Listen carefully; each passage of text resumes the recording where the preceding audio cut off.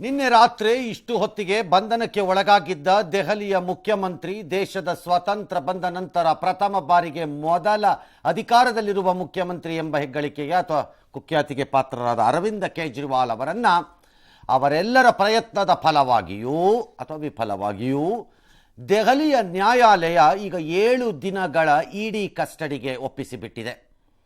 ನಿನ್ನೆ ರಾತ್ರಿ ಅವರನ್ನು ಬಂಧಿಸಿದ ಮೇಲೆ ಇಡಿ ಅವರು ತಮ್ಮ ಕಚೇರಿಗೆ ಕರೆದುಕೊಂಡು ಹೋಗಿ ಅವರನ್ನ ಅತಿ ದೀರ್ಘಕಾಲ ವಿಚಾರಣೆಗೆ ಒಳಪಡಿಸಿದ್ದರು. ಇಂದು ಅರವಿಂದ್ ಕೇಜ್ರಿವಾಲ್ ಬಹು ಸಹಜವಾಗಿ ಸುಪ್ರೀಂ ಕೋರ್ಟಿನ ಕದವನ್ನು ತಟ್ಟುತ್ತಾರೆ ಅಂತ ಬಹುಜನರ ನಿರೀಕ್ಷೆ ಆಗಿತ್ತು. ಆದರೆ ಆ ಪ್ರಕಾರದ ಬಳಿ ಅವರು ಅರ್ಜಿಯನ್ನು ಹಾಕಿದ್ದರು. ನಂತರ ಅರ್ಜಿಯನ್ನು ವಾಪಸ್ ಪಡೆದುಕೊಂಡರು. ಬಿಕಾಸ್ ಇನ್ನೊಬ್ಬ ಆರೋಪಿ ಬಂಧನಕ್ಕೆ ಒಳಗಾಗಿರುವ ಕವಿತಾ ಅವರ ಪ್ರಕರಣದಲ್ಲಿ ಸುಪ್ರೀಂ ಕೋರ್ಟ್ ಕೆಳ ಹಂತಕ್ಕೆ ಹೋಗಿ ಈ ಅವಕಾಶವನ್ನು ಬಳಸಿಕೊಳ್ಳಿ, ಇಲ್ಲಿಗೆ ಬರಬೇಡಿ ಎಂದುಬಿಟ್ಟಿದ್ರು. ಹಾಗಾಗಿ ಆ ಅರ್ಜಿಯನ್ನು ಕೂಡ ವಾಪಸ್ ಪಡೆದಿತ್ತು ಆಮ್ ಆದ್ಮಿ ಪಾರ್ಟಿ ಮತ್ತು ಅರವಿಂದ್ ಕೇಜ್ರಿವಾಲ್. ಈ ಮಧ್ಯೆ ಕೆಳ ನ್ಯಾಯಾಲಯದಲ್ಲಿ ಕೋರ್ಟ್, ಯಾವುದೋ ಒಂದು ಕೋರ್ಟ್ ಅದು, ಆ ಕೋರ್ಟಲ್ಲಿ ವಿಚಾರಣೆ ನಡೆಯಿತು. ನ್ಯಾಯಮೂರ್ತಿಗಳು ದೀರ್ಘಕಾಲ ವಿಚಾರಣೆ ನಡೆಸಿದ್ರು. ನಂತರ ತಮ್ಮ ಆದೇಶವನ್ನು ಕಾಯ್ದಿರಿಸಿದ ಆದೇಶವನ್ನು ಸಂಜೆಯ ಮೇಲೆ ಪ್ರಕಟಿಸಿದರು. 7 ದಿನಗಳ ಕಾಲ ಕೇಜ್ರಿವಾಲ್ನ ಬಂಧನಕ್ಕೆ ಇಡಿ ಕಸ್ಟಡಿಗೆ ಒಳಪಡಿಸಿದರು.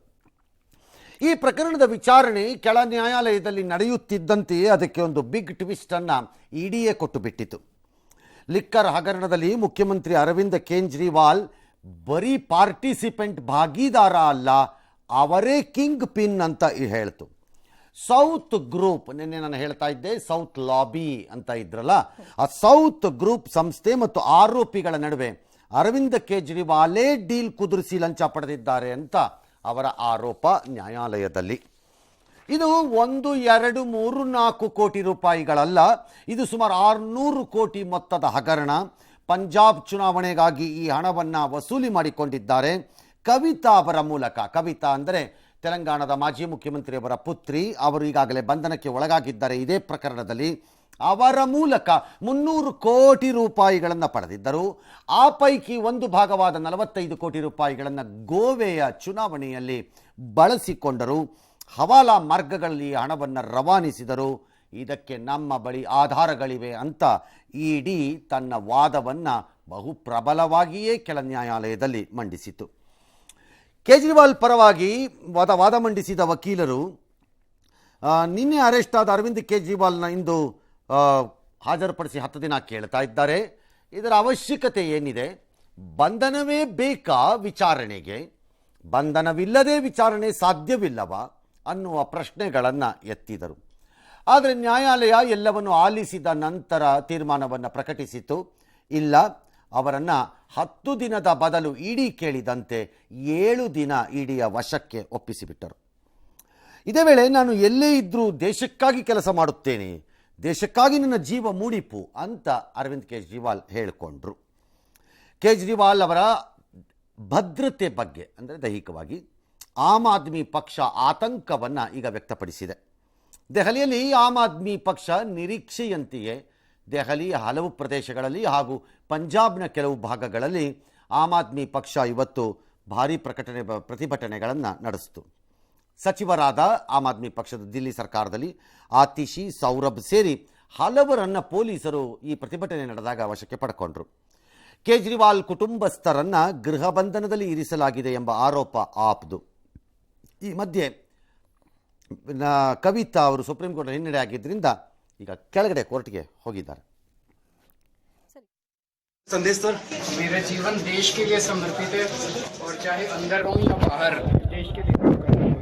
ಯಾವ ಆರೋಪ ಅವ್ರ ಮೇಲೆ ಬರ್ತಿತ್ತು ಆಗ ಅವ್ರು ಪ್ರತಿ ಬಾರಿ ಅದೆಲ್ಲ ಚುನಾವಣಾ ಷಡ್ಯಂತ್ರ, ರಾಜಕೀಯ ಪಿತೂರಿ ಅಂತ ಹೇಳ್ಕೊಂಡು ಹೊರಟಿದ್ರು. ಈಗ ಅವ್ರನ್ನೇ ಕಿಂಗ್ ಪಿನ್ ಅಂತ ಹೇಳ್ತಿರೋದ್ರಿಂದ ಅಲ್ಲಿ ಹೇಳೋದು ಯಾರು ಏನು ಬೇಕಾದ್ರು ಕಿಂಗ್ ಪಿನ್ ಅಂತನಾರು ಹೇಳ್ಬೋದು, ಅಥವಾ ಕಿಂಗ್ ಖಡ್ಗ, ಕಿಂಗ್ ಆಕ್ಸ್ ಅಂತ ಬೇಕಾದ್ರೂ ಹೇಳ್ಕೋಬೋದು. ಹೇಳೋದು ದೊಡ್ಡದಲ್ಲ. Ultimately ED will have to prove all this ಕೋರ್ಟಲ್ಲಿ, ನ್ಯಾಯಾಲಯದಲ್ಲಿ ತಾನು ಮಾಡುತ್ತಿರುವ ಎಲ್ಲ ಆರೋಪಗಳನ್ನು ಅದು ಪ್ರೂವ್ ಮಾಡಬೇಕಾಗತ್ತೆ. ಅದರಲ್ಲಿ ಯಾವ ಅನುಮಾನನೂ ಇಲ್ಲ. ಅವ್ರು ಹೇಳಿದ ಕೂಡಲೇ ಅದು ಸತ್ಯವೆಂದು, ಪರಮಸತ್ಯವೆಂದು ಒಪ್ಪಲಿಕ್ಕೆ ಸಾಧ್ಯ ಇಲ್ಲ. ಆದರೆ ಇಲ್ಲಿ ಸಮಸ್ಯೆ ಬಂದಿದ್ದು ನನ್ನ ಪ್ರಕಾರದಲ್ಲಿ, ಒಂದು ಸ್ಥಾಪಿತ ಸರ್ಕಾರದ ಮುಖ್ಯಮಂತ್ರಿ 9 ಬಾರಿ ನೋಟಿಸು ಅಥವಾ ಸಮನ್ಸ್ ಬಂದಾಗ ಅದು ರಾಜಕೀಯ ಪ್ರೇರಿತ ಎಂದು ಹೇಳಿ ನಾನು ಹಾಜರಾಗುವುದಿಲ್ಲ ಅಂದರೆ ಅದು ಎಷ್ಟು ಸಾಧು ಅನ್ನೋದಕ್ಕೆ ಯಾರೂ ಉತ್ತರ ಕೊಡಲಿಲ್ಲ. ಆ ರೀತಿ ಯಾರು ರಾಜಕೀಯ ಪ್ರೇರಿತ ಅಂದ್ಬಿಟ್ರು. For example, I will give you ಒಂದು ಕ್ಲಾಸಿಕ್ ಎಕ್ಸಾಂಪಲ್. ತುಂಬ ಕೆಳ ಹಂತದಲ್ಲಿ ಇರಬಹುದು, ಬಟ್ ಕೊಡ್ತೀನಿ ಕಂಪ್ಯಾರಿಸನ್ಗೋಸ್ಕರ, ಹೋಲಿಕೆಗೆ. ಈ ಮಂಗಳೂರಿನ ಟೀಚರ್ ಸ್ಕೂಲಿನ ಗಲಾಟೆನಲ್ಲಿ ಅಲ್ಲಿಯ ಶಾಸಕರ ಮೇಲೆ ಪ್ರಕರಣ ಯಾರನ್ನೋ ಒಬ್ಬರನ್ನ ಹಾಕಿದಾಗ ಅವ್ರು ಬಂದು ಹೇಳಿದ್ರು ಅಸೆಂಬ್ಲಿಲೋ ಇಲ್ಲ, ನಾನು ಆ ಸ್ಥಳದಲ್ಲೇ ಇಲ್ಲ, ನನ್ನ ಮೇಲೆ FIR ಮಾಡಿದ್ದಿರಲ್ಲ, ನೀವೆಂಥವ್ರು ನೀವಿರಬೇಕು ಅಂತ. ಸಿಕ್ಕಾಕೊಂಡ್ಬಿಡ್ತು ಎಲ್ಲ ಅಲ್ವಾ? ಹಾಗೆ ಈಗ ಇವರು, ನಾನು ಈ ಡೀಲ್ಗೂ ನನಗೂ ಸಂಬಂಧವೇ ಇಲ್ಲ, ನನ್ನನ್ನು ಯಾಕೆ ಕರೆಸ್ತಾ ಇದ್ದೀರಿ ಅನ್ನುವುದನ್ನ ಜನತೆಯ ಮುಂದೆ ಹೇಳಿದ್ದರೆ ಪ್ರಯೋಜನ ಇರಲಿಲ್ಲ. ಅದಕ್ಕೆ ಸಂಬಂಧಪಟ್ಟಂತಹ ಸಂಸ್ಥೆಗಳಾದ ನ್ಯಾಯಾಲಯಗಳಲ್ಲೇ ಹೇಳಿ ಆ ರಕ್ಷಣೆಯನ್ನು ಅವ್ರು ಪಡಿಬೇಕಾಗಿತ್ತು. ಅವರು ಆ ರಕ್ಷಣೆ ಪಡೆಯುವ ಕಾರ್ಯ ಮಾಡಲಿಲ್ಲ. ಆ ಬದಲು ಅದನ್ನು ರಾಜಕೀಯ ಪ್ರೇರಿತವೆಂದು ಹೇಳಿಕೊಂಡು ಹಾದಿ ಬೀದಿ ರಸ್ತೆಗಳಲ್ಲಿ ಕ್ಯಾನ್ವಾಸ್ ಮಾಡಿದ್ರು ಅವರು. ಅದನ್ನ ಅವರು ರಾಜಕೀಯವಾಗಿ ಲಾಭ ಅಲ್ಲ ಇರಬಹುದು, ನನಗೆ ಗೊತ್ತಿಲ್ಲ, ಬಟ್ ಕ್ಯಾನ್ವಾಸ್ ಮಾಡಿದ್ರು. ಇಲ್ಲದೇ ಇದ್ದಿದ್ರೆ ಯಾವುದಾದ್ರೂ ಒಂದು ನ್ಯಾಯಾಲಯದಲ್ಲಿ, ಈಗ ನಾನು ಮಂಗಳೂರು ಪ್ರಕರಣ ಹೇಳಿದಂತೆ, ಲವಲೇಶದಷ್ಟು ಅವರದ್ದು ಏನೂ ಇಲ್ಲ ಅನ್ನೋದಾಗಿದ್ರೆ ಒಂದು ರಕ್ಷಣೆ ಬರಬೇಕಾಗಿತ್ತಲ್ಲಿ, ಅಲ್ಲಿ ಬರದೇ ಇರ್ತಿರ್ಲಿಲ್ಲ. ಇದು ಒಂದು. ಎರಡನೇದು, ಈ ಬಂಧನ ಚುನಾವಣೆಯ ಸಂದರ್ಭದಲ್ಲಿ ಆಗಬೇಕಾಗಿತ್ತಾ, ಆಗಬಾರ್ದಾಗಿತ್ತಾ, ಇದು ಕೇಂದ್ರದ ಕೈವಾಡವೋ, ದ್ವೇಷ ರಾಜಕಾರಣವೋ, ಹಿಟ್ಲರೋ, ಮುಸೊಲಿನಿನೋ, ಅವೆಲ್ಲ ಬೇರೆ ವಿಚಾರ. ಆದರೆ 9 ಸಮನ್ಸನ್ನು ಸರ್ವ್ ಮಾಡಿದ್ದಾಗ ಆಗದೇ ಇದ್ದದ್ದ ಪ್ರಕ್ರಿಯೆ ಏನಿದೆ, ಅದು ಕಳೆದ ಹಲವು ತಿಂಗಳುಗಳಿಂದ ನಡ್ಕೊಂಬಂದಿರೋವಂಥದ್ದು, ನಿನ್ನೆ ಅಲ್ಲ. ಈಗ ನಿನ್ನೆ ಒಂದು ಸಮನ್ಸ್ ಕೊಟ್ಟು ಇವತ್ತು ಬೆಳಿಗ್ಗೆ ಕರೆಸಿ ಅರೆಸ್ಟ್ ಮಾಡಿದ್ದಿದ್ರೆ ಬೇರೆ ಕತೆ ಅದು. ಇದು ಹಾಗಾಗಿಲ್ಲ. ಹಾಗಾಗಿ ಆಮ್ ಆದ್ಮಿ ಪಕ್ಷ ಬಾಹ್ಯವಾಗಿ ನಿಜವೂ ಇರಬಹುದು, ಅವ್ರ ಪಾತ್ರ ಇಲ್ಲದೆ ಇರಬಹುದೇನೋ, ವಾದವನ್ನು ಏನೇ ಬೇಕಾದರೂ ಮಂಡಿಸಬಹುದು. ಕಾನೂನಿನ ವಿಚಾರಕ್ಕೆ ಬಂದಾಗ ಅವರು ಕಾನೂನಿಗೆ ಒಂದು ರೀತಿ ಟಾಂಗ್ ಕೊಡ್ತಾನೇ ಹೋದ್ರು ರಾಜಕೀಯವಾಗಿ. That is what is very concerning ನನಗೀಗ. ಕಾರಣ, ನಾನು ಇದನ್ನು ಪದೇ ಪದೇ ಅವತ್ತೋ ಈ ವಿಚಾರ ಬಂದಾಗ ನಾವು ಮಾತಾಡ್ತಿದ್ವಿ, ಇದು ಮಾತಾಗಂತೆ. ಒಬ್ಬ ಮುಖ್ಯಮಂತ್ರಿ ಆಗಿದ್ದರು ಅನ್ನುವಾಗ ಅವ್ರಿಗೆ ಅಧಿಕಾರ ಇದೆ ಅನ್ನೋದಿದ್ರೆ, ಒಬ್ಬ ಪ್ರಜೆಯಾಗಿಯೂ ಒಬ್ಬನಿಗೆ ಅಧಿಕಾರ ಇರಬೇಕು. ನಾಳೆ ಈಗ ನಾಳೆ ಯಾವ್ದಾದ್ರು ಸಮನ್ಸೋ ಇನ್ನೊಂದು ಬಂದಾಗ ಯಾರೋ ಸಾಮಾನ್ಯ ಪ್ರಜೆ, ನಾನು ಬರಲ್ಲ, ಇದು ರಾಜಕೀಯ ಪ್ರೇರಿತ, ಇದು ದ್ವೇಷ ಸಾಧನೆ ಅಂದ್ರೆ ಏನಾದೀತು? ಕಾನೂನಿಗೆ ತಲೆ ಬಾಗಬೇಕಾಗಿರೋದು ಕೇವಲ ಸಾಮಾನ್ಯ ಜನರ. ಓಕೆ, ಭಯ ಇದ್ದಿದ್ದೇನು? ನನ್ನನ್ನು ಕರೆಸಿ ಬಂಧಿಸಲೆಂದೇ ಇವರು ಹೂಡುತ್ತಿರುವಂತಹ ಅಸ್ತ್ರ ವ್ಯೂಹ ಅಂತ ಅನ್ಕೊಂಡಿದ್ರು ಅವರು. ಈಗಾಗಿದ್ದು ಅದೇನೆ. ಒಂದನೇ ಸಮನ್ನಲ್ಲಿ ಅವ್ರು ಹೋಗಿ ನಿಮ್ಗೆ ಏನು ಬೇಕು ಡೀಟೇಲ್ಸ್ ಹೇಳಿ ಅಂತ ಕೇಳಿ, ಒಂದು ವೇಳೆ ಅವ್ರು ಬಂಧಿಸಿದ್ರು ಅಂತ ಇಟ್ಕೊಳ್ಳೋಣ, he could have definitely gone to court. Under what ಇದರಲ್ಲಿ ಪ್ರಾವಿಷನ್ಸ್ ನನ್ನನ್ನು ಬಂಧಿಸಿದ್ದಾರೆ ಇವರು? ಕರೆದಿದ್ರು, ಬಂದಿದ್ದೆ, ಹೇಳಿಕೆ ಕೊಡು ಅಂದ್ರು, ಕೊಟ್ಟೆ. ಯಾವ್ದ್ರಲ್ಲಿ ಬಂಧಿಸ್ತಾ ಇದ್ದಾರೆ ಇವರು? ನನಗೆ ರಕ್ಷಣೆ ಬೇಕಿದ್ದಕ್ಕೆ ಅಂದ್ರೆ ಗೊತ್ತಿಲ್ಲ, ಕೋರ್ಟ್ ಕನ್ಸಿಡರ್ ಮಾಡ್ತಿತ್ತೋ ಏನೋ, ಏನೇ ದಾಖಲೆ ಇಲ್ಲ ಅನ್ನೋದಾದ್ರೆ. ಹಾಗಾಗಿ it is a complicated case, more complicated by AAP leaders ಅಷ್ಟೇ. ಈ ಕಸ್ಟಡಿ ಕೊಟ್ಟಿದ್ದು ಅದೇ ರೀಸನ್ ಇರಬೇಕಲ್ಲ ಸರ್? ನನಗೆ ಗೊತ್ತಿಲ್ಲ. ನ್ಯಾಯಾಲಯ ಯಾವ ತನ್ನ ಮುಂದೆ ಹಾಜರುಪಡಿಸಲಾದ ಯಾವ ದಾಖಲೆಗಳನ್ನು ತನ್ನ ಗಮನಕ್ಕೆ ತೆಗೆದುಕೊಂಡು ಈ ಆದೇಶವನ್ನು ಮಾಡಿದೆ ಅಂತ ನನಗೆ ಗೊತ್ತಿಲ್ಲ. I have no idea. But ವಾದ ಪ್ರತಿವಾದದಲ್ಲಿ ಏನಿದೆ ಅಂದರೆ, ಇಲ್ದಿದ್ರೆ ಹೈಕೋರ್ಟು ಯಾಕೆ ಅವರಿಗೆ ರಕ್ಷಣೆಯನ್ನು ಕೊಡ್ತಿರ್ಲಿಲ್ಲ ನಿನ್ನೆ? ಇವ್ರು ಹೋಗಿದ್ದಾಗ ಹೈಕೋರ್ಟ್ಗೆ ಯಾಕೆ ರಕ್ಷಣೆ ಕೊಡ್ತಿರ್ಲಿಲ್ಲ? ಅವ್ರಿಗೆ ಕೊಡ್ತಿದ್ರಲ್ವಾ? ರಕ್ಷಣೆ ಕೊಡಕ್ಕಾಗಲ್ಲ ಅಂತ ಹೇಳಿ ರಕ್ಷಣೆ ಕೊಡ್ತಾರೆ ಕೆಲವು ಸರಿ ನ್ಯಾಯಾಲಯಗಳೆಲ್ಲ. ಆ ಥರ ಯಾಕೆ ಕೊಡ್ತಿರ್ಲಿಲ್ಲ ಅವರು ಅಂತ ಅವ್ರ ವಾದ. ಇವ್ರ ವಾದ ಇಲ್ಲ, ಇದೆಲ್ಲ ರಾಜಕೀಯ ಪ್ರೇರಿತ ಇರ್ಬೋದು. ರಾಜಕೀಯ ಪ್ರೇರಿತ ಅಂತ ಹೇಳ್ತಿರ್ಬೋದು ಮಾಧ್ಯಮಗಳಿಗೆ, 6 ಜನರಿಗೆ. ನ್ಯಾಯಾಲಯ ಅದನ್ನು ಕೇಳಿಸ್ಕೊಳ್ಳಲ್ಲ ಅನ್ನೋಂಥದ್ದನ್ನ ಯಾರು ಯಾಕೆ ಲೆಕ್ಕ ಹಾಕ್ತಿಲ್ಲ? ನ್ಯಾಯಾಲಯ ಅದನ್ನು ಕೇಳಿಸ್ಕೊಳ್ಳಲ್ಲ. ನಾಳೆ ರಾಜಕೀಯ ಪ್ರೇರಿತ ಟಾಕ್ ಎಲ್ಲ ನಮ್ಮ ಹತ್ರ ಮಾಡಬೇಡಿ, ನನ್ನ ಇನ್ವಾಲ್ವ್ಮೆಂಟ್ ಇಲ್ಲ ಅಂದರೆ ಹೇಗಿಲ್ಲ ಅಂತ ನಾವು ಮುಂದೆ ಪ್ರೂವ್ ಮಾಡಿ ಅಷ್ಟೇ ಅಂತ ಕೇಳೋದವರು. ಅಷ್ಟೇ ಕಾನೂನು ಕೇಳೋದು. ಎಸ್. ಇನ್ನು ಲಿಕ್ಕರ್ ಹಗರಣದಲ್ಲಿ ಬಂಧನವಾಗಿ 24 ಗಂಟೆ ಕಳೆದರೂ ಅರವಿಂದ್ ಕೇಜ್ರಿವಾಲ್ ತಮ್ಮ ಸ್ಥಾನಕ್ಕೆ ರಾಜೀನಾಮೆ ಕೊಟ್ಟಿಲ್ಲ. ಬದಲಾಗಿ ಜೈಲಿನಿಂದಲೇ ಆಡಳಿತ ನಡೆಸಲು ಅರವಿಂದ್ ಕೇಜ್ರಿವಾಲ್ ತಯಾರಿಯನ್ನ ಮಾಡಿಕೊಂಡಿದ್ದಾರೆ. ಆದರೆ ಜೈಲಿನಿಂದಲೇ ಸಿಎಂ ಆಗಿ ಕೆಲಸ ಮಾಡುವುದು ಸಾಂವಿಧಾನಿಕ ಬಿಕ್ಕಟ್ಟನ್ನು ಸೃಷ್ಟಿಸುವ ಸಂಭವ ಇದೆ. ಹೀಗಾಗಿ ಕೇಜ್ರಿವಾಲ್ ರಾಜೀನಾಮೆ ನೀಡದಿರುವುದರಿಂದ ಆಗಬಹುದಾದ ಪರಿಣಾಮಗಳೇನು ಅನ್ನೋದರ ಬಗ್ಗೆ ಗೃಹ ಸಚಿವಾಲಯ ಈಗಾಗಲೇ ಮಂಥನವನ್ನು ನಡೆಸ್ತಾ ಇದೆ. ಕೆಲ ಕಾನೂನು ತಜ್ಞರ ಅಭಿಪ್ರಾಯವೂ ಕೂಡ ಪಡೆದುಕೊಳ್ಳಲಾಗಿದೆ. ಅರೆಸ್ಟ್ ಆದ ಸರ್ಕಾರಿ ಅಧಿಕಾರಿಗಳ ವಿಚಾರದಲ್ಲಿ ಅನುಸರಿಸುವಂತಹ ವಿಧಾನವನ್ನೇ ಈ ಪ್ರಕರಣದಲ್ಲಿಯೂ ಅನುಸರಿಸಬಹುದು. ಸಿಎಂ ಸ್ಥಾನದಿಂದ ಅವರನ್ನ ಕೇಂದ್ರ ಸರ್ಕಾರ ತೆಗೆದುಹಾಕಬಹುದು, ಸಸ್ಪೆಂಡ್ ಮಾಡಬಹುದು. ಆದರೆ 1951ರ ಜನಪ್ರತಿನಿಧಿಗಳ ಕಾಯ್ದೆ ಪ್ರಕಾರ ಚುನಾಯಿತ ಜನಪ್ರತಿನಿಧಿ ದೋಷಿ ಅಂತ ಸಾಬೀತು ಆಗುವವರೆಗೂ ತಮ್ಮ ಹುದ್ದೆಗೆ ರಾಜೀನಾಮೆ ನೀಡುವಂತಹ ಅಗತ್ಯತೆ ಬರೋದಿಲ್ಲ ಅಂತ ಹೇಳಲಾಗ್ತಾ ಇದೆ. ಇನ್ನು ಜೈಲಿನಿಂದಲೇ ಆಡಳಿತ ನಡೆಸುವ ಕೇಜ್ರಿವಾಲ್ ತಂತ್ರವನ್ನ ಬಿಜೆಪಿ ಟೀಕೆ ಮಾಡಿದೆ. ಇದು ಕಾನೂನು ಮತ್ತು ಪ್ರಜಾಪ್ರಭುತ್ವ ವ್ಯವಸ್ಥೆಗೆ ಮಾಡಿದ ಅಪಮಾನ ಅಂತ ಕೇಂದ್ರ ಸಚಿವ ಅನುರಾಗ್ ಠಾಕೂರ್ ವಾಗ್ದಾಳಿ ನಡೆಸಿದ್ದಾರೆ. ಆಲ್ ರೈಟ್, ಇದೊಂಥರ ವಿಚಿತ್ರವಾದ ಪ್ರಶ್ನೆ ದೇಶದ ಜನರ ಮುಂದೆ ಬಂದಿದೆ. ಇಲ್ಲ ಅಂತಲ್ಲ. ಒಬ್ಬ ಸಾಂವಿಧಾನಿಕವಾಗಿ ಆಯ್ಕೆಯಾಗಿರಬಹುದಾದ ಆಗಿರುವ ಒಬ್ಬ ಮುಖ್ಯಮಂತ್ರಿ ಜೈಲಿನಿಂದ ಅಧಿಕಾರವನ್ನು ನಡೆಸಬಹುದೋ ಪ್ರಶ್ನೆ. ನಡೆಸಬಾರದು ಅಂತ ಎಲ್ಲೂ ಇಲ್ಲ. ಸರಿ, ನಡೆಸಬಾರದು ಅಂತ ಸ್ಪಷ್ಟವಾಗಿ ನಿಯಮ ಇಲ್ಲ. ಸ್ಫಟಿಕದಂತೆ ಕಾಣಿಸುವ ರೀತಿ ಎಲ್ಲೂ ಇಲ್ಲ. ನಡೆಸಬಾರದು, he is debarred, he becomes handicapped to run administration once he is arrested ಅನ್ನೋದೆಲ್ಲೂ ಇಲ್ಲ. ಬಟ್ ಸಾಧ್ಯ ಆಗುತ್ತಾ ನಡೆಸೋಕೆ ಗೊತ್ತಿಲ್ಲ. That's a call they have to take now. ಆದರೆ ಜನ ಇದನ್ನು ಹೇಗೆ ಸ್ವೀಕಾರ ಮಾಡ್ತಾರೆ ಅನ್ನೋದು ನಾವು ನೋಡಬೇಕೀಗ. ನಂಬರ್ 1, ಅವ್ರನ್ನ ಸಸ್ಪೆಂಡ್ ಮಾಡಬಹುದು ಡ್ಯಾಶ್ ಡ್ಯಾಶ್. ಹೇಗೆ? ಮುಖ್ಯಮಂತ್ರಿಯಾದವರು ಮತ್ತು ಮಂತ್ರಿಗಳಾದವರು ಕಾನೂನಿನ ಪ್ರಕಾರ ಸಾರ್ವಜನಿಕ ಸೇವಕರು, ವಿಚ್ ಇಸ್ ಪಬ್ಲಿಕ್ ಸರ್ವೆಂಟ್ಸ್. ಹಾಗಾಗಿ ಒಬ್ಬ ಪಬ್ಲಿಕ್ ಸರ್ವೆಂಟ್ ಅಂದರೆ ಸರ್ಕಾರಿ ನೌಕರ ಯಾರೋ ಅಥವಾ ಸರ್ಕಾರದಿಂದ ಲಾಭ ಪಡೆಯುತ್ತಿರುವ ವ್ಯಕ್ತಿ ತಪ್ಪು ಮಾಡಿದರೆ ಈ ಕಾನೂನಿನ ಕ್ರಮಗಳಿಗೆ ಒಳಪಡುತ್ತಾರೆ. ಅದು ಅಪಾಯಿಂಟ್ಮೆಂಟ್, 58 ವರ್ಷಕ್ಕೋ 60 ವರ್ಷಕ್ಕೋ ರಿಟೈರ್ಮೆಂಟ್. ಇದು ಅಪಾಯಿಂಟ್ಮೆಂಟ್ ಬೈ ದ ಗವರ್ನರ್ 5 ವರ್ಷಕ್ಕೆ ಅಥವಾ ಟಿಲ್ ದ ಪ್ಲೆಷರ್ ಅವ್ರಿಗೆ ಮೆಜಾರಿಟಿ ಇರುವವರೆಗೆ ಅಂತ. ಹಾಗಾಗಿ ಸಸ್ಪೆಂಡ್ ಮಾಡಬಹುದಾ ಒಬ್ಬ ಮುಖ್ಯಮಂತ್ರಿಯನ್ನ? ಒಂದು ಪ್ರಶ್ನೆ. ಮಾಡಬಹುದೇನೋ, ಬಟ್ ಸುಪ್ರೀಂ ಕೋರ್ಟ್ಗೆ ಹೋಗುತ್ತೆ, ಚಾಲೆಂಜ್ ಆಗತ್ತಲ್ಲಿ. ನಂಬರ್ 2, ಹಾಗಿದ್ರೆ ಆಯ್ಕೆ ಏನು? ರಾಷ್ಟ್ರಪತಿಗಳ ಆಡಳಿತವನ್ನ ತರಬಹುದೇ?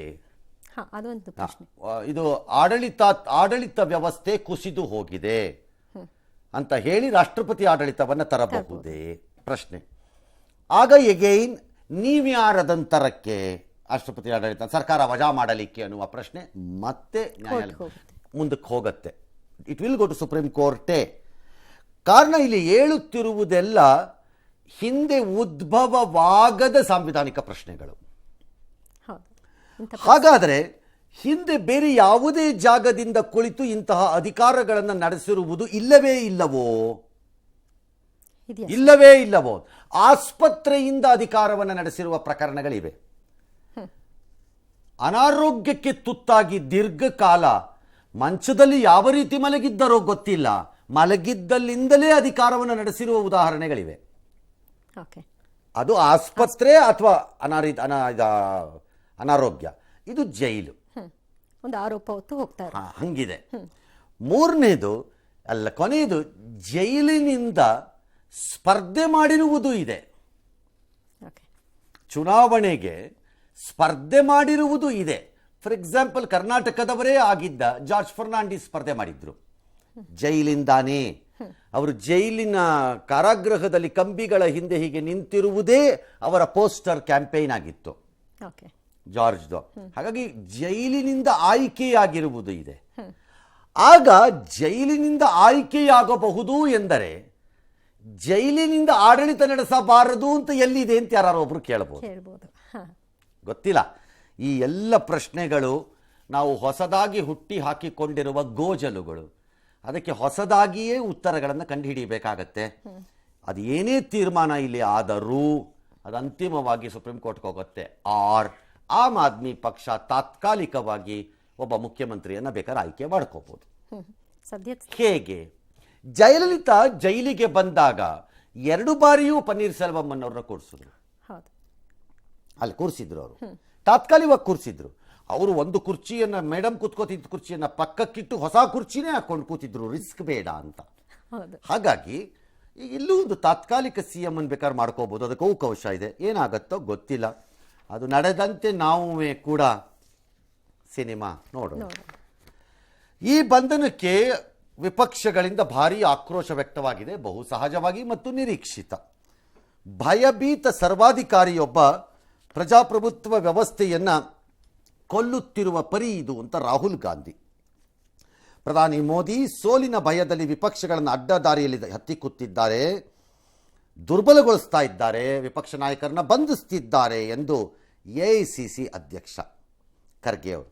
ಮೋದಿ ಆಡಳಿತ ಹಿಟ್ಲರ್ ಆಡಳಿತ ಅಂತ ರಣದೀಪ್ ಸುರ್ಜೇವಾಲಾ. ಪ್ರಿಯಾಂಕ್ ಖರ್ಗೆ ಟ್ವೀಟ್ ಚೋರ್ ಗುರು ಚಾಂಡಾಲ ಶಿಷ್ಯರ ಆದೇಶದ ಅನ್ವಯ ಇದು ಕೇಜ್ರಿವಾಲ್ ಬಂಧಿಸಿದ್ದಾರೆ ಅಂತ ಅವರದ್ದು. ಅದಕ್ಕೆ ಬೆಂಗಳೂರಿನಲ್ಲಿ ಬಿಜೆಪಿ ಕಾರ್ಯಕರ್ತರು ಎಲ್ಲರೂ ಯಾಕಮಕ ಪ್ರೊಟೆಸ್ಟು. ಇದು ಅಘೋಷಿತ ತುರ್ತು ಪರಿಸ್ಥಿತಿ ಅಂತ ಆಮ್ ಆದ್ಮಿ. ಎಲೆಕ್ಷನ್ ಬಾಂಡ್ ಮರೆಮಾಚಲು ಬಂಧಿಸಲಾಗಿದೆ ಅಂತ ಅಖಿಲೇಶ್. ಹಾಗೆ ಎಲ್ಲರೂ ಒಬ್ಬರು ಹೇಳಿದ್ರೆ ಬಿಜೆಪಿ ಅವರು ಅರಾಜಕತಾವಾದಿಗಳ ಅಡ್ಡ ಆಗೋಗಿದೆ ಆಮ್ ಆದ್ಮಿ ಪಕ್ಷ. ಕೇಜ್ರಿವಾಲ್ ಯಾವ ತಪ್ಪು ಮಾಡಿಲ್ಲ ಅನ್ನೋದಾದರೆ ಆಗಿದ್ದರೆ 9 ಸಮನ್ಸ್ಗೆ ಯಾಕೆ ಹೋಗಲಿಲ್ಲ ವಿಚಾರಣೆಗೆ?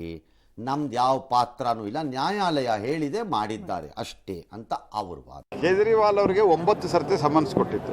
ಅವರು ಎಷ್ಟೊಂದು ದುರಹಂಕಾರಿ ಅಂತಂದರೆ 9 ಸರ್ತಿ ಸಮನ್ಸ್ ಕೊಟ್ಟ ನಂತರವೂ ಸಹಿತ ಬಂದು ಹಾಜರಾಗಲಿಲ್ಲ. ಅವ್ರ ಇನ್ವಾಲ್ವ್ಮೆಂಟ್ ಇದ್ದರೂ ಮಾಹಿತಿ ಕೊಡಲಿಲ್ಲ. ಸ್ವತಃ ಭ್ರಷ್ಟಾಚಾರದ ವಿರುದ್ಧ ಆಂದೋಲನದಲ್ಲಿ ಅಣ್ಣಾ ಹಜಾರೆ ಅವರ ಮೂಲಕ ಬಂದಂಥವ್ರು ಈ ಪ್ರಮಾಣದಲ್ಲಿ ಭ್ರಷ್ಟಾಚಾರದಲ್ಲಿ ಇಳಿತಾರೆ ಅಂತ ಯಾರೂ ಊಹಿಸಿರಲಿಲ್ಲ. ಓಕೆ, ಈಗ ಎಲ್ಲ ವಾದಗಳು ಪ್ರಜಾಪ್ರಭುತ್ವವನ್ನು ಕೊಲ್ಲುತ್ತಿರುವ ಪರಿ ಅನ್ಸತ್ತೆ. ವಿಪಕ್ಷ ನಾಯಕರನ್ನು ಪ್ರಧಾನಿ ಮೋದಿ ಸೋಲಿನ ಭಯದಲ್ಲಿ ದುರ್ಬಲಗೊಳಿಸ್ತಿದ್ದಾರೆ, ಬಂಧಿಸ್ತಿದ್ದಾರೆ, ಸರ್ವಾಧಿಕಾರಿ ಭಯಭೀತ ಇದು ಅಂತ ರಾಹುಲ್ ಗಾಂಧಿ ಎಲ್ಲ. ಹಾಗೆ ನೋಡಿದರೆ ಭಾರತ, ನಾನು ಈ ಪ್ರಕರಣಕ್ಕೆ ಹೇಳ್ತಾ ಇಲ್ಲ, ಈ ಪ್ರಕರಣದಲ್ಲಿ ಪ್ರಜಾಪ್ರಭುತ್ವ ಅಥವಾ ಸಂವಿಧಾನವನ್ನು ತುಳಿಯಲಾಗ್ತಾ ಇದೆ, ಅದರ ಆಶಯಗಳನ್ನೆಲ್ಲ ಭಂಗಗೊಳಿಸಲಾಗ್ತಾ ಇದೆ, ಚುನಾವಣಾ ಪ್ರಕ್ರಿಯೆಯನ್ನೇ ದಾರಿ ತಪ್ಪಿಸುವ ಕ್ರಮ, ಇದು ಕಾನೂನಿಗೆ ವಿರೋಧ, ಸಂವಿಧಾನಕ್ಕೆ ವಿರೋಧ ಎನ್ನುವುದೇ ಆದರೆ ಬಹಿರಂಗ ಸಾರ್ವಜನಿಕ ವೇದಿಕೆಗಳ ಭಾಷಣ ನಿಮ್ಮ ರಾಜಕಾರಣ ಅಷ್ಟೇ. ಅದಕ್ಕೆ ಪ್ರೊಟೆಕ್ಷನ್ ಎಲ್ಲಾದರೂ ಬರಬೇಕು ಅನ್ನೋದಾದರೆ ಎಲ್ಲಿಂದ ಬರಬೇಕು? ನ್ಯಾಯಾಲಯದಿಂದ ಬರಬೇಕಷ್ಟೆ, ಇನ್ನೆಲ್ಲಿಂದಲೂ ಬರಲಿಕ್ಕೆ ಸಾಧ್ಯ ಇಲ್ಲ. ನೀವು 100 ಬಾರಿ ಈಗ ಬೊಬ್ಬೆ ಹೊಡೆದರು, ಸರ್ವಾಧಿಕಾರಿ, ಹಿಟ್ಲರು, ಮಸಲೋನಿ, ಡ್ಯಾಶು ನೀವು 100 ಸರಿ ಬಾಯಿ ಬಡಿದ್ರು ಮಾಡಿರುವವರ ಉದ್ದೇಶ ಅದೇ ಆಗಿದ್ದರೆ ಅವರೇನು ತಿದ್ದುಕೊಳ್ಳಲ್ವಲ್ಲ ಅದನ್ನು? ಹಾಗಾದ್ರೆ ಇಲ್ಲ, ಅದು ಬದಲಾಗಲ್ಲ. ಹಾಗಾದ್ರೆ ಅದು ಬದಲಾಗಬೇಕು, ಅದು ರಾಂಗು, ಸಂವಿಧಾನದ ವಿರೋಧಿ ಅನ್ನೋದಿದ್ರೆ ಅದು ಎಲ್ಲಿ ಚಾಲೆಂಜ್ ಆಗಬೇಕು? ಕೋರ್ಟಲ್ಲೇ ಆಗಬೇಕು. Why is it nobody is challenging it? ಅದನ್ನು ಯಾರೂ ಚಾಲೆಂಜ್ ಮಾಡ್ತಿಲ್ಲ. ಯಾಕಿದನ್ನು ಹೇಳಿದೆ? ಇವತ್ತು ಏನೇನು ಗುಣವಾಚಕಗಳು ಬಂದಿವೆ, ನಾನು ಐಮ್ ನಾಟ್ ಸೇಯಿಂಗ್ ಕೇಜ್ರಿವಾಲ್ದು ಸರಿ ತಪ್ಪು ಅನ್ನೋ ವ್ಯಾಖ್ಯಾನಕ್ಕೆ ಇಳಿದಿರಲಿಲ್ಲ ಇಲ್ಲಿಗ. ಗುಣವಾಚಕಗಳು ಏನು ಬಂದಿದೆ, ಈ ಎಲ್ಲ ಗುಣವಾಚಕಗಳನ್ನು ಎಮರ್ಜೆನ್ಸಿನಲ್ಲಿ ಕಾಂಗ್ರೆಸ್ ಮೇಲೂ ಹೇಳಿದ್ರು ಎಲ್ಲ ಲೀಡರ್ಗಳು. ಬೇರೆ ಬೇರೆ ಸ್ವರೂಪದಲ್ಲಿ ಬಂತು. ಇದೇ ಹೇಳಿದ್ರು, ಪ್ರಜಾಪ್ರಭುತ್ವನ ಸೋಲಿಸಿದ್ದು. ಖರ್ಗೆ ಅವರು ಹೇಳಿದ್ರಲ್ಲ, ವಿಪಕ್ಷ ನಾಯಕರನ್ನ ಬಂಧಿಸ್ತಿದ್ದಾರೆ, ದುರ್ಬಲಗೊಳಿಸ್ತಾ ಇದ್ದಾರೆ ವಿಪಕ್ಷಗಳನ್ನ ಡ್ಯಾಶ್. ಆವತ್ತು ವಿಪಕ್ಷ ನಾಯಕರನ್ನೇ ಬಂಧಿಸಿದ್ದು, ಹೋಲ್ಸೇಲ್ ಒಬ್ಬೊಬ್ಬರನ್ನಾಗೆ ಬಂಧಿಸಿದ್ರು. ಅವತ್ತು ಇದನ್ನು ಸರ್ವಾಧಿಕಾರಿ ಅಂತಾನೆ ಕರೆದಿದ್ದು ಇಂದಿರಾ ಗಾಂಧಿಗೆ ಅವತ್ತಿನ ತುರ್ತು ಎಮರ್ಜೆನ್ಸಿನಲ್ಲಿ. ಇದು ಅಘೋಷಿತ ತುರ್ತು ಪರಿಸ್ಥಿತಿ, ಘೋಷಿತ ತುರ್ತು ಪರಿಸ್ಥಿತಿನೇ ಇತ್ತವತ್ತು, ಅಘೋಷಿತ ಬೇಡ. ಹಾಗಾಗಿ ಪ್ರತಿಭಟನೆ, ಪ್ರತಿವಾದಗಳು ಮತ್ತು ಪ್ರತಿಪಕ್ಷಗಳನ್ನು ಹತ್ತಿಕ್ಕುವ ಪ್ರಕ್ರಿಯೆಯನ್ನು ಸಂವಿಧಾನದಲ್ಲಿ ಪ್ರಜಾಪ್ರಭುತ್ವದಲ್ಲಿ ಯಾರೂ ಸಪೋರ್ಟ್ ಮಾಡಲಿಕ್ಕೆ ಆಗಲ್ಲ. ಬಟ್ ಈ ಪ್ರಕರಣದಲ್ಲಿ ನೀವು ಆಡುತ್ತಿರುವ ಎಲ್ಲ ಮಾತುಗಳಿಗೆ ಕಾನೂನಿನ ರಕ್ಷಣೆ ಬರಬೇಕು ಅನ್ನೋದಾದರೆ, ಜನತಾ ನ್ಯಾಯಾಲಯಕ್ಕೆ ತಗೊಂಡು ಹೋಗ್ತಾ ಇದ್ದೀವಿ, ಅಲ್ಲಿ ಫೈಟ್ ಮಾಡ್ತೀವಿ ಅಂದರೆ ನೀವು ಮಾಡ್ಕೋಬೋದು, ದಟ್ಸ್ ಎ ಡಿಫರೆಂಟ್ ಇಶ್ಯೂ. ಜನ ಹೆಂಗೆ ಬೇಕಾದ್ರೂ ಟ್ರೀಟ್ ಮಾಡಲಿ ಅದನ್ನು. ಆದರೆ ಕಾನೂನಿನ ಪ್ರಕಾರದಲ್ಲಿ ಆಗಬೇಕು ಅನ್ನೋದೇ ಆದರೆ the rescue or a relief has to come from some court. ಬೇರೆ ದಾರಿನೇ ಇಲ್ಲ ಇದಕ್ಕೆ. ಏನ್ ಮಾಡಬೇಕಿತ್ತು ಹಾಗಿದ್ರೆ? ಇವರೆಲ್ಲರ ಮಾತುಗಳನ್ನ ಕೇಳ್ತಾ ಇದ್ರಿ ಸರ್, ಬಿಡಬೇಕಿತ್ತ? ನಾನು ಬಿಡಿ, ಹಿಡ್ಕೊಳ್ಳಿ, ಕಟ್ಟಾಕಿ, ನೇತಾಕಿ ಅಂತ ಹೇಳ್ತಿಲ್ಲ ಇಲ್ಲಿ. ದಿ ಪ್ರಾಬ್ಲಮ್ ಈಸ್, ಕಾನೂನಿನ ದೃಷ್ಟಿಯಿಂದ ಅರವಿಂದ ಕೇಜ್ರಿವಾಲ್ ತನಗೆ ಬೇಕಾದ ರೀತಿ ಅದನ್ನು ತಿರುಚುವ ಯತ್ನ ಮಾಡಲು ಹೋಗಿದ್ದಾರೆ. ಇವರು ಯಾವುದಕ್ಕೂ ಹಿಮ್ಮೆಟ್ಟದೆ ಬಂಧಿಸಿ ಒಳಗೆ ಕಳಿಸಿದ್ದಾರೆ. ಈಗ ಈ ಎರಡರ ತುಲನೆ ಆಗಲೇಬೇಕು, ಬೇರೆ ದಾರಿ ಇಲ್ಲ ಅದಕ್ಕೆ, ನಿಜ ಅಷ್ಟೆ. ಇನ್ನು ಅಣ್ಣಾ ಹಜಾರೆ ಅವರು ಕೇಜ್ರಿವಾಲ್ ಅವರ ಬಂಧನದ ನಂತರದಲ್ಲಿ ಮಾತನಾಡಿದ್ದಾರೆ. ಕೇಜ್ರಿವಾಲ್ ಅರೆಸ್ಟ್ ಆಗಿರೋದು ನೋವಿನ ವಿಚಾರ, ಆದರೆ ಈಗೇನ್ ಮಾಡೋಕ್ಕಾಗಲ್ಲ. ಕಾನೂನಿಗೆ ನಾವು ಎಲ್ಲರೂ ಕೂಡ ಅತಿರತರಲ್ಲ. ಮಧ್ಯದ ತಂಟೆಗೆ ಹೋಗಬೇಡ ಅಂತ ಹಿಂದೆ ಕೂಡ ನಾನು ಎಷ್ಟೋ ಬಾರಿ ಹೇಳಿದ್ದೆ, ಆದರೆ ಕೇಜ್ರಿವಾಲ್ ಕೇಳಿಸಿಕೊಳ್ಳಿಲ್ಲ. ಈಗ ಅನುಭವಿಸುವಂತಹ ಪರಿಸ್ಥಿತಿ ಅಂತ ಹೇಳಿದ್ದಾರೆ. ಈ ಮಧ್ಯೆ ಅರವಿಂದ್ ಕೇಜ್ರಿವಾಲ್ ಬಂಧನವನ್ನ ಕರ್ಮದ ಫಲ ಅಂತ ಮಾಜಿ ರಾಷ್ಟ್ರಪತಿ ಪ್ರಣಬ್ ಮುಖರ್ಜಿ ಅವರ ಪುತ್ರಿ ಶಮಿಷ್ಠಾ ಮುಖರ್ಜಿ ವ್ಯಾಖ್ಯಾನಿಸಿದ್ದಾರೆ. ಶೀಲಾ ದೀಕ್ಷಿತ್ ಸಿಎಂ ಆಗಿದ್ದಾಗ ಅವರ ವಿರುದ್ಧ ಕೇಜ್ರಿವಾಲ್ ಅಣ್ಣಾ ಹಜಾರೆ ಹುರುಳಿಲ್ಲದ ಆರೋಪವನ್ನು ಮಾಡಿದ್ರು. ಟ್ರಂಕ್ ಗಟ್ಲೆ ದಾಖಲೆಗಳಿವೆ ಅಂತ ಕೂಡ ಹೇಳಿದ್ರು. ಆದರೆ ಈಗ ಕರ್ಮ ರಿಟರ್ನ್ ಅಂತ ಅವರು ಹೇಳ್ಕೊಂಡಿದ್ದಾರೆ. ರೈಟ್, ಅಣ್ಣಾ ಹಜಾರೆ ಅವರ ಮಾತನ್ನ ಅವ್ರು ಕೇಳೋದು ಬಿಟ್ಟು ಬಹಳ ಕಾಲ ಆಗೋಗಿದೆ. ರಾಜಕೀಯಕ್ಕೆ ಬಂದಾಗ ಹಾಗೇನಿಲ್ಲ ಅದು, ಯಾಕಂದ್ರೆ ಅದರದ್ದು ಇನ್ನು ಬೇರೆ ಬೇರೆ ರೂಪಗಳನ್ನು ಪಡೆಯುತ್ತೆ. ಆದರೆ ಬಹಳ ಬೇಸರದ ಸಂಗತಿ ಯಾವುದು ಅಂತಂದರೆ, ಅವರಿಬ್ಬರ ಹೋರಾಟ ನಡೆದಿದ್ದು, ಹೋರಾಟದ ಒಂದು ಅತಿ ದೊಡ್ಡ ಭಾಗ ಮದ್ಯದ ವಿರುದ್ಧವೇ, ಮದ್ಯದ ನಿಷೇಧದ ಬಗ್ಗೆ. ಅಧಿಕಾರ ಮದ್ಯದ ಅಮಲಿದ್ದ ಹಾಗೆ ಅದರ ಸವಾಸಕ್ಕೆ ಹೋಗಬಾರ್ದು ಅಂತ ಮದ್ಯನೇ ನಿಷೇಧ ಮಾಡಬೇಕು ಅನ್ನೋದು ಇಬ್ಬರದ್ದು ಹೋರಾಟ ಇದ್ದಿದ್ದು.